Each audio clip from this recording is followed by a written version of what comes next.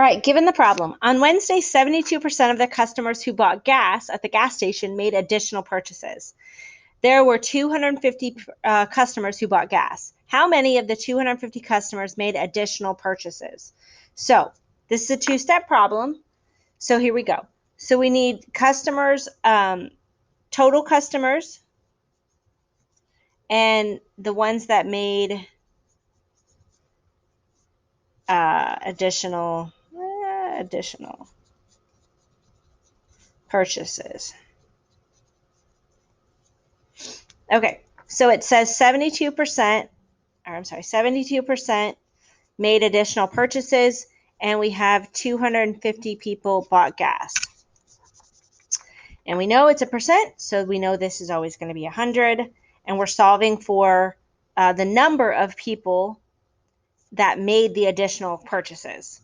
So is there a way we can reduce any of this or work with this? Well, 100 doesn't, 100 doesn't go into 250, so that doesn't work. But there is something we can do to reduce 72 and 100, and that's divide by 2 at the very least. It may be more, but we're going to start with 2. So that would be 36, right? Yeah. And this would be 50. Well, you see that? It could be more, right? Because it can go again. And it's okay to do that. It's okay to not know the greatest common factor. You just means a little more work. So half is 25, and half of 36 is 18. So half of 50 is 25, and half of 36 is 18. So now we've got 18 over 25. And so we could rewrite it.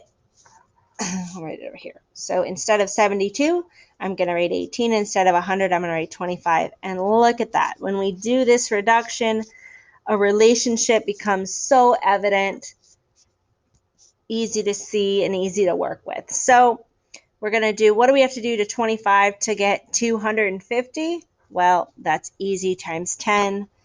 So we do times 10, which is equal 180. So that means x equals 180.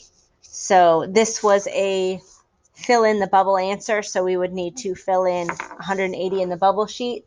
But easy enough. Sometimes that finding that reduced fraction like this makes things so much easier to see and makes us not have to do quite as much long math or a bit harder math. It's not hard math, it's just a bit harder.